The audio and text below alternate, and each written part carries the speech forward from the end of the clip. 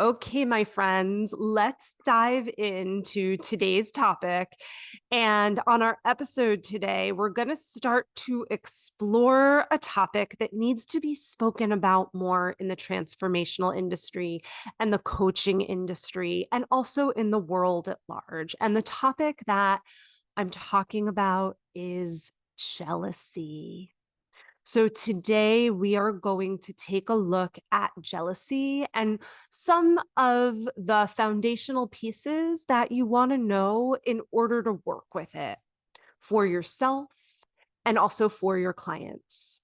Jealousy is a huge topic. And of course, we're not going to get into all of the aspects and pieces and nuances of it in just one podcast episode.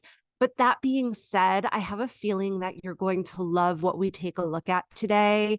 I have a sense it's going to resonate deeply. And my hope is that it's going to activate a lot of ideas and pathways forward for you. Now, while the topic of jealousy and this episode is for all genders, as we get started, I want to hone in for a moment on women and jealousy, because I think it is a good jumping off point and it provides a great backdrop for any and all genders when it comes to jealousy. And I'll be speaking just, in this beginning bit, when I say we, I'm speaking for myself as a woman. So for a very, very long time, there's been a strange, and I'm going to call it insidious phenomenon that has existed amongst women. On the one hand, we love and appreciate each other deeply. We want for other women to succeed. We want for other women to have love and success and money and health and happiness and everything in between. We maybe feel proud and hopeful when other women shatter glass ceilings, when they achieve notable accomplishments, when they become famous, or when they step into big leadership roles. We maybe cheer on our female friends. We want to see them shine. We support them emotionally and otherwise. The bonds that we create with other women can be magical and they can be lifelines for us. We love other women. We cherish them. We're deeply invested in their well-being, and we understand that so much of our collective strength, so much of society's collective strength is related to women loving, appreciating, supporting, and joining forces with other women. But if we're being honest, that's really only half the story. The other half, the more hidden half, usually goes like this. Perhaps we are also deeply jealous of what other women have, of the size of their business, of the amount of social media followers they have, of their income, of the quality of their work, of their marriage or partnerships, of their home. Maybe we're jealous of the size of their body or of their beauty or of their age. Maybe we're jealous of the success of their children and more. And when we're jealous, we look at these women and compare them to ourselves. And most of the time, we end up feeling bad about ourselves. Perhaps when we're jealous and comparing ourselves, we feel the world is against us, or we worry that we'll never get it right, or that we'll never get what we want. We stop maybe putting ourselves out there, or maybe we fall into a false thinking that If only we could be more like her, then we'd get what we want. When we feel jealous, we tend to self-sabotage, or maybe we obsess. We spend more time on social media comparing and making ourselves feel worse. We end up drained from it, and then we spend less time focused on our own self-nourishment. Or maybe when we're jealous, we feel that she has taken what's rightfully ours away from us. Somehow her success is robbing us of our success. Her good luck is robbing us of our luck. Her brilliant idea detracts from or outshines our brilliant idea. We might be thinking when we're feeling jealous that she got there before we did, and now we will never get there. Or maybe our jealousy causes us to judge her. We decide that she is too big or too loud or too visible or too power hungry or too surface oriented or too promiscuous, on and on and on. Or maybe our jealousy has us worried or paranoid that this other woman will literally steal from us, steal our ideas, steal our relationships, steal our good fortune, purposefully take what's ours. Or possibly even worse, maybe jealousy causes us to steal from her, or ridicule her, or gossip about her, or stab her in the back somehow. Or maybe we've felt jealousy coming on to us from others. And because they've been jealous of us, in reaction, we've judged them. We've made them other. Or maybe we've shrunk ourselves, made ourselves teenier and tinier in order to avoid being a threat to the other. Now, again, I've just described all of this in terms of how it can play out amongst women, but no one is immune to jealousy. And I think a lot of what I just described can be relevant to how it plays out with anyone. No matter what the expression of jealousy, whether it ranges from self-ridicule to self-pity to ridicule of others or beyond, no matter what the expression, it usually doesn't feel good. It often contributes to us feeling worse about ourselves. It often has us feel separate from our own power. It can hold us back from being the person we truly want to be. It often creates some sort of self-sabotage, and it almost always, jealousy almost always separates us from other humans. It makes them the other, or it makes us the other. It divides us. And as if all of this weren't enough, the other thing that goes hand in hand with jealousy is usually shame. There aren't many spaces, really barely any at all, where it is okay to even speak about jealousy in a normalized way.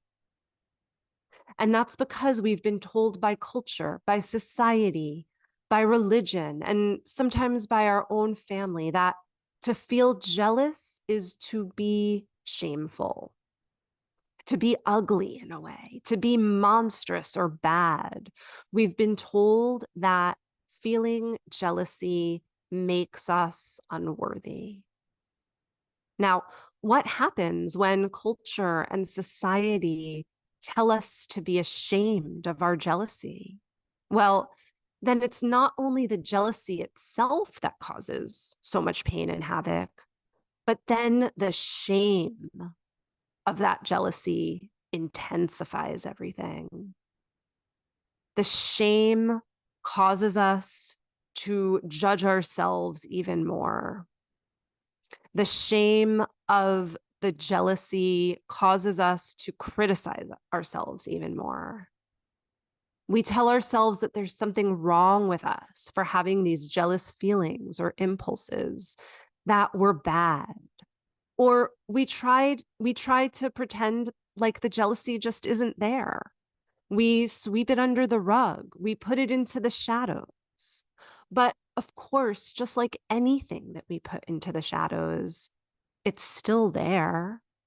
And then the jealousy festers in those disenfranchised crags. And in those shadows, in those crags, it gets bigger and stronger and more potent and possibly more harmful. Now, here's the thing, and this is the good news. It's important. There is something on the other side of jealousy, something that can be transmuted from jealousy if you navigate it correctly and consciously. There's something incredible there. And what I want to toss for you right now, and we'll get much deeper into this as we go along in this episode, is that what is on the other side of jealousy, and what I would even say is what is embedded inside of jealousy, is empowerment. Empowerment inside of ourselves, empowerment of others, and empowerment together with others. And in our discussion today, I am going to be sharing some important pieces that will help you find all of this, ways to get going with it. And just so you know, I personally have not been immune to any of this. I am a human being as well, and I'm not sharing any of these pieces about jealousy from a high pedestal at all. I have had my fair share of feeling jealous, of judging myself poorly against others, of self-sabotaging because of jealousy, of having others be jealous of me. And through the years, the last few decades, this is something that I have really worked with a lot over and over, getting to the deeper and the deeper layers of it. I've worked with the shadows of jealousy and the dynamics of jealousy. And so much has shifted because of it. So much of my self-criticism and negative self-talk has shifted because of it. So much around my formerly cruel comparison with others has shifted because of it. I get less triggered now because of it. And I can honestly say that I would not have been able to create the thriving business that I have today had I not deeply worked with the jealousy that was coming up a lot. And even with all of the work that I've done over these years, I will tell you, there is still more work for me to be done. There is no such thing as a rival or perfection with any of this. So, my guess is that if you're still listening to this episode, what I'm sharing so far is resonating for you. Either resonating for you personally because you have experienced some of these things, or resonating for you because you've got a client that is struggling with or blocked because of jealousy. Jealousy will come up in our personal and professional lives, and it will come up for some of our clients. And that's why we need to be talking about it. So I'm really excited to start to break down some of this for you. And I want to take a look at a few different ways to navigate jealousy and to start to transform it into something, we can call it something more productive, something more helpful. And the very first way is to simply start to look at jealousy and talk about jealousy. In other words, to normalize this feeling and this experience as part of the human experience, just like we've started to do so today. As I always tell my sacred depth students, don't underestimate the power of normalizing. Don't underestimate the power of normalizing. Because jealousy is such a taboo topic in society, and because we are usually deemed bad or wrong if we feel jealousy, then it gets stuffed away, right? And the more that jealousy is stuffed away and repressed and put into the shadows, the more power that it has. So just by opening up the discussion around this, just by making it normal to feel the feelings of jealousy, we're already starting to do the work of it. And not just the personal work, right? This isn't only about our personal work, but by talking about it, we're already starting to do the important culture work around this. Okay. So beyond normalizing jealousy and bringing it out into the open to be seen and better understood, what else? What else do we want to know? Well, first, I want you to consider the following idea. One antidote to jealousy is to lean into aligned competition. I'm going to share that again and I'll break it down a bit. One antidote to jealousy or to being negatively impacted by jealousy is to lean into aligned competition. So I want to invite you to consider that competition or aligned competition is on the same spectrum as jealousy, but it's a much more helpful, nourishing, life-giving, and productive version of jealousy. Let me explain a little bit more. So if you've been tuning into the coaching or transformational industries lately, you've probably heard advice and warnings about how to approach competition. And a lot of what is being shared about competition is very similar to how culture tells us to understand jealousy. They say, no matter what, under any circumstance, don't be competitive. Or maybe you've heard or read things like, when you're competitive, you're in your lowest level energies. Or you should only collaborate and not compete.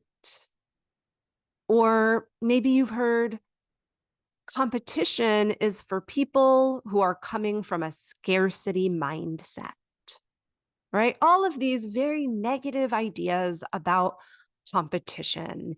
And we're told by the coaching, the transformational, the spiritual industries that good people and empowered people are their best selves only if they're not exhibiting any type of competitive thoughts, feelings, or behaviors.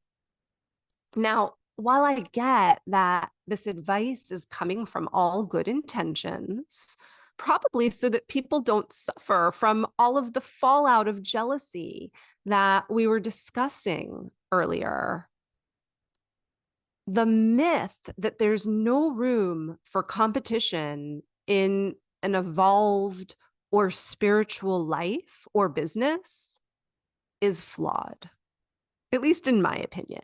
I think that myth is flawed. And here is why.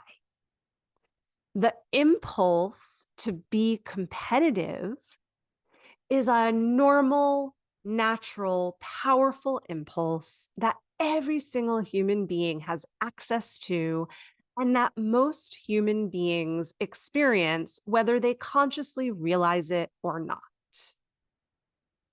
And I'm going to go further and toss this to you for consideration. I believe that the highest and healthiest level of competition energy motivates individuals to keep on reaching their best and their best and their best as they see others achieving their best. In other words, healthy competition energy inspires individuals to want to improve, to want to create more in aligned ways. Healthy competition energy inspires individuals to reach their highest potential and to achieve higher vision for themselves and the world. Healthy and aligned competition also creates respect among competitors and mutual awe and excitement for the expression of true mastery and craft and creation. Whereas feeling jealous kind of internally connotes that you're at a handicap, right? That you've got less than the other. Being competitive in aligned ways connotes that you've got an equal playing field with others. And there's something to me that's very, very empowering about that. And we see this in so many places, this idea of aligned competition inspiring us to be better and better and bring more to the world and to have that equal playing field. So, for example, we see this all the time in sports. Athletes leverage their competitive nature to become stronger, to become more skillful, and to become the best that they can be. Aligned competition in sports has widened what we as a culture has thought of as limits on our physical abilities, right? And it's inspired the whole world. Some of you might know that I have a master's degree in art history. And so I'm going to give you an example from the art world of how aligned competition makes us and the world a better place. So let's take a quick look at the intense competition between Pablo Picasso and Henri Matisse. Some say that Picasso couldn't have created his biggest masterpiece, Les Demoiselles d'Avignon, which he created in 1907, without the presence of and without his competition with Henri Matisse, a fellow artist of the day. Picasso was part frustrated and part inspired by Matisse's revolutionary style and the ways that Matisse broke completely from classical artistic norms. Picasso wanted to be the one to break the mold. And he used his awareness of what Matisse was doing not to become jealous, but instead to encourage and inspire himself to find his own unique voice and his own way of being revolutionary in the art world.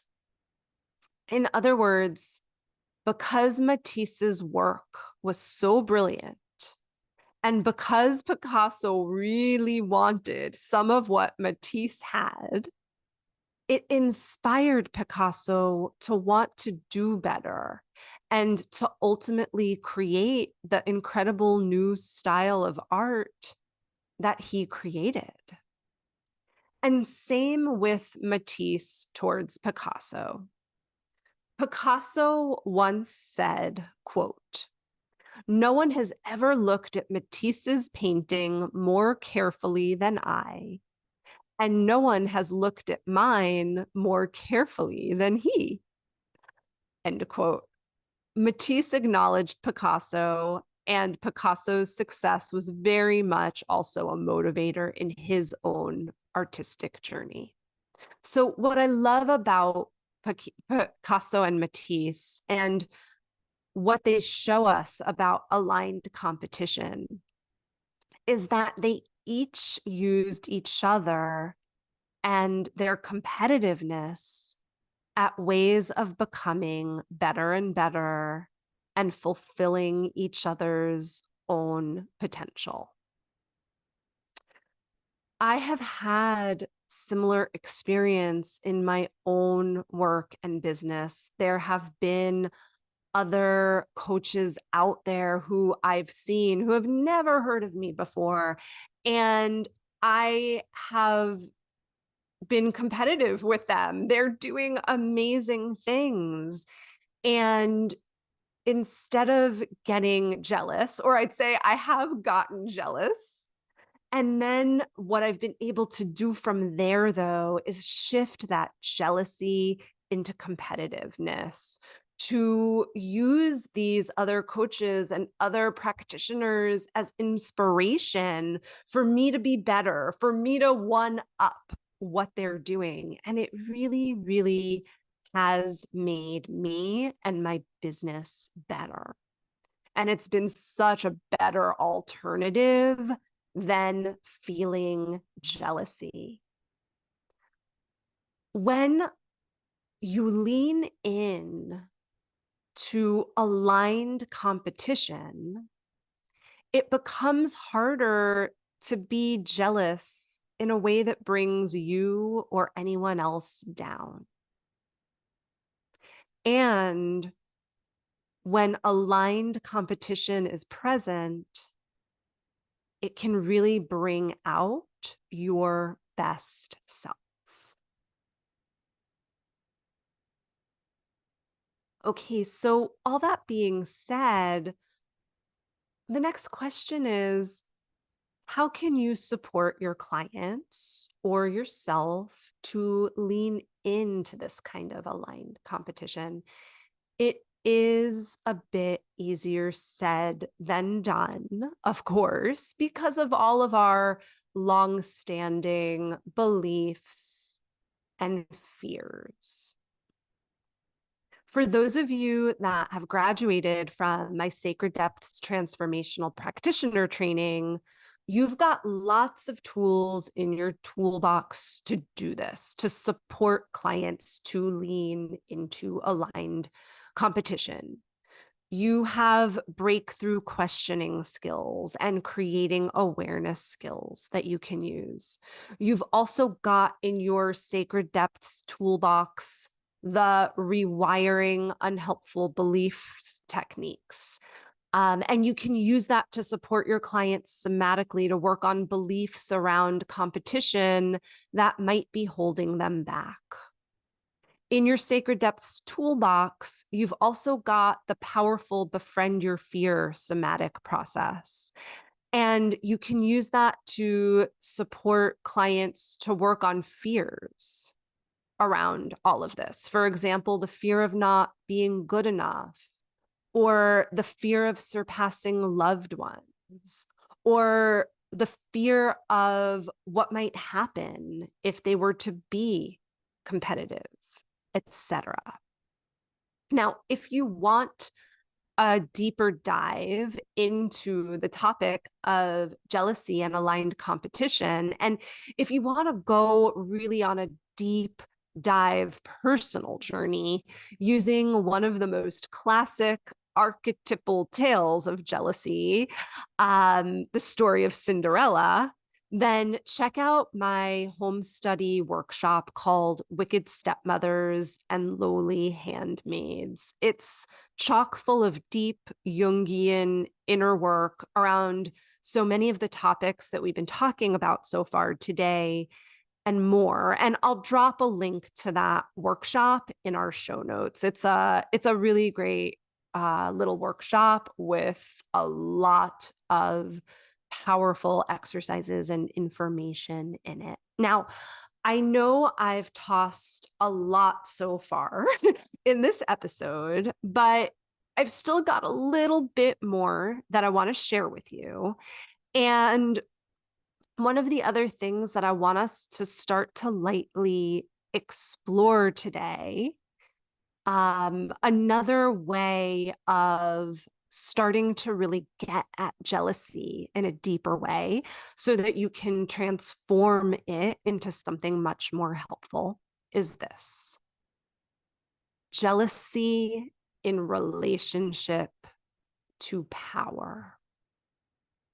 There's so much to this topic of how jealousy and power are related, and I want to at least get the conversation going on this. And I'll start by telling a personal story. It's a story that I also share in that Wicked Stepmothers and Lowly Handmaids workshop. So a number of years ago, I had a former student who basically stole everything in Sacred Depths and other training programs of mine that she had been in. I learned this because it wasn't on my radar at all that she had started doing practitioner trainings.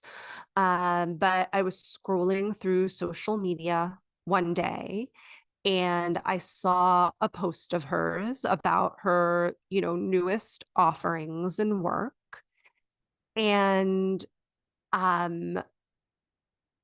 it was word for word my same questions that I use, my same topics.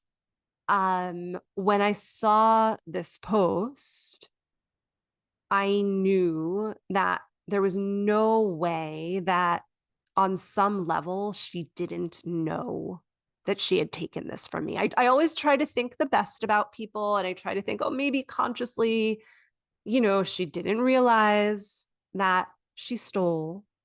But the truth is, it was so exactly the same as my work with the same words that there was no way she couldn't have known.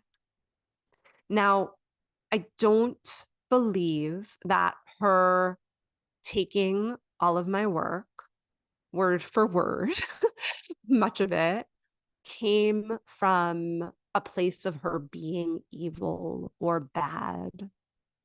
I don't believe that about human beings.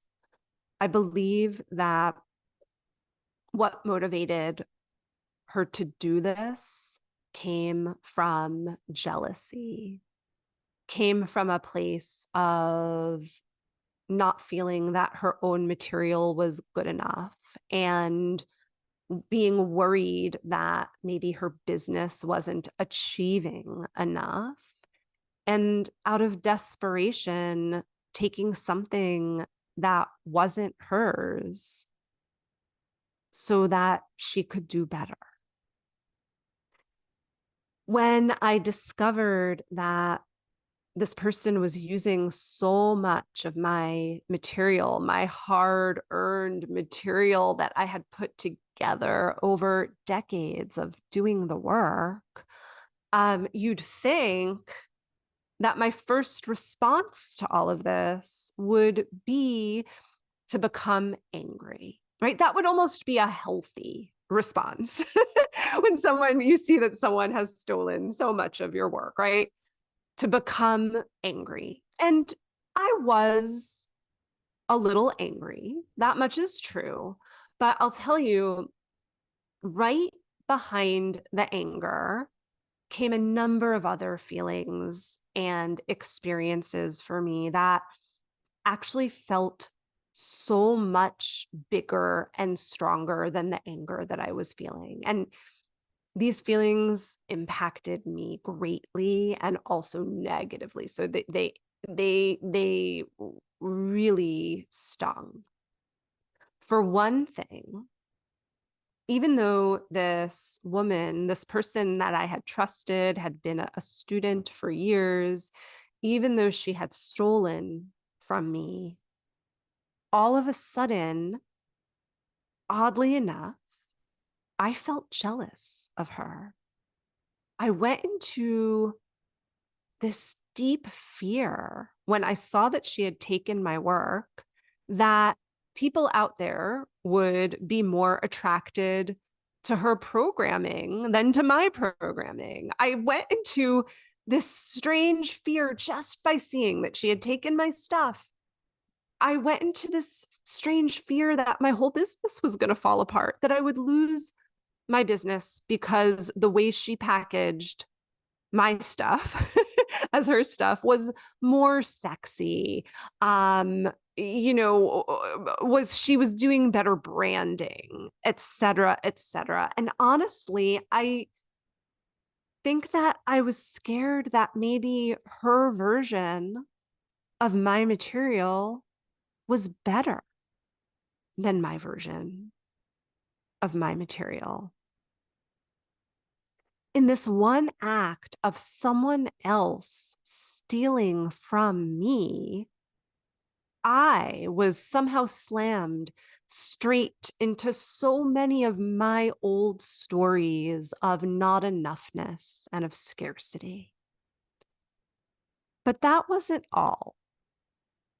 The evening that I discovered what this former student had done, every time I thought about reaching out to her to talk about this, to let her know that I wasn't okay with what she had done, every time I thought to do it, I ended up feeling terrible about myself and judging myself harshly. I felt badly that there was something inside of me that needed to set this boundary. I told myself, the story I was telling myself was that there was something wrong with me, that I needed, so much power, that I needed to be the only one who could use this material. I was telling myself that I was power hungry for wanting her to take all of her stuff down. And I was telling myself that I should just be happy with what I have, and I should just lay low, and I should just let myself be small and let her be big. I know it sounds so absurd in a way, right? But I share this with you because maybe you've experienced some of this yourself. And thank goodness that I've done a lot of work around my own power over the decades, over my own empowerment and disempowerment, because even though I was feeling all of these things, I was able to stop myself pretty quickly and notice the patterns pretty quickly and transcend them. And what I did next, just to finish the story, was I did reach out to this person and I did share with her about how I felt and what I thought was not ethical about what she did. Um, and we were able to come to an agreement, right? Because of course, other people can be training on similar topics out there, right? It is not for me to be the only one, but we were able to come to a place of her really recognizing that if she was going to be doing this work, that it was important for her to honor me, to name me as a mentor and a place that she had taken from it. We came to the agreement that also that it was important for her to use her own words around all of the work and develop it in her own ways. The fact that I was able to reach out to her and have this conversation, be in my power in this conversation was huge, because I'll tell you, this wasn't the first time that something like this had happened. I mean, this was a large scale, but it had happened numerous times in the past. And in the past, I had stewed and obsessed for months and months and months, causing myself so much pain and heartache, and generally never actually doing anything about it. Okay, so that was a very personal story, but I shared it in the hopes that it will help you, right? That you find something important for yourself in it.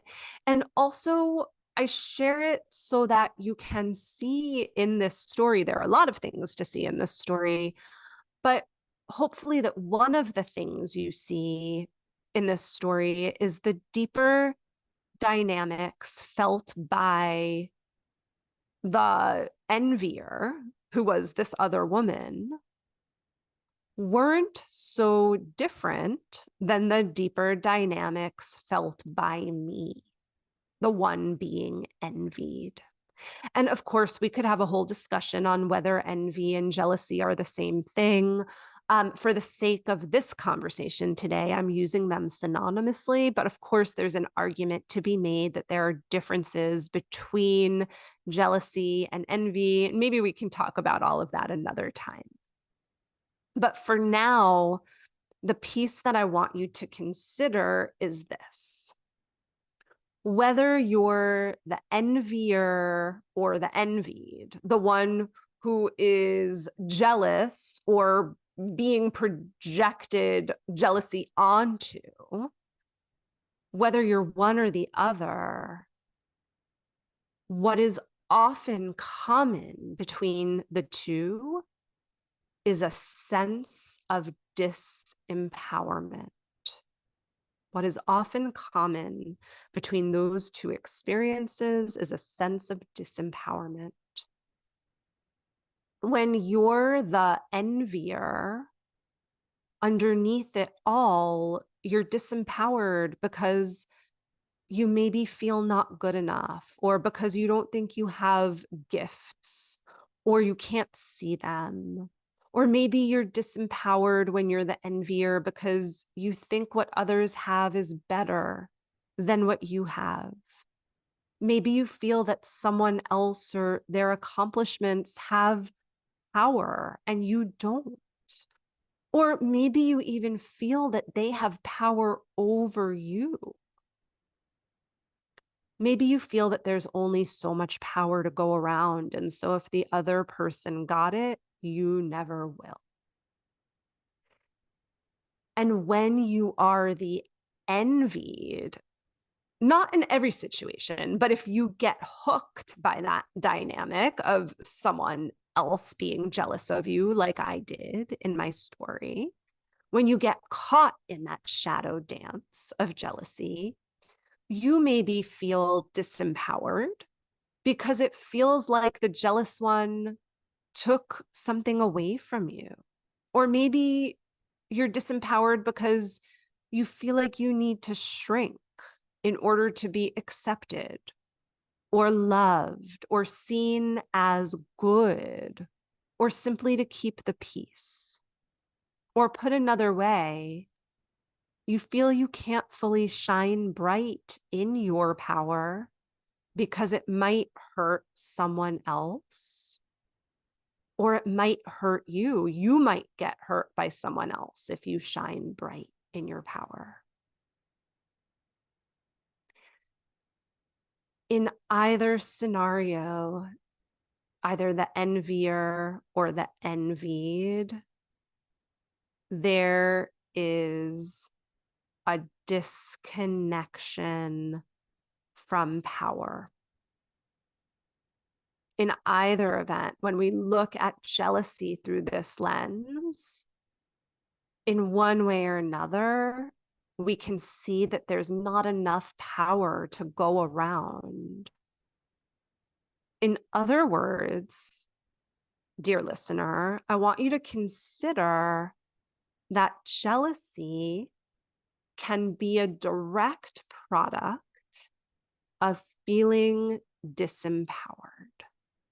Now, there's so much to get into on the topic of power because of the way society works, and also because of the ways so many of us both deeply desire power while also reviling power because it's been abused in our society, right? And so we think it harmful and evil. So much of the work around power, similar to jealousy, is to bring it out of the shadow place inside of ourselves. So there's a lot in it. And for now, I come back to something I shared earlier in this episode that I want you to consider again, now through the lens of power.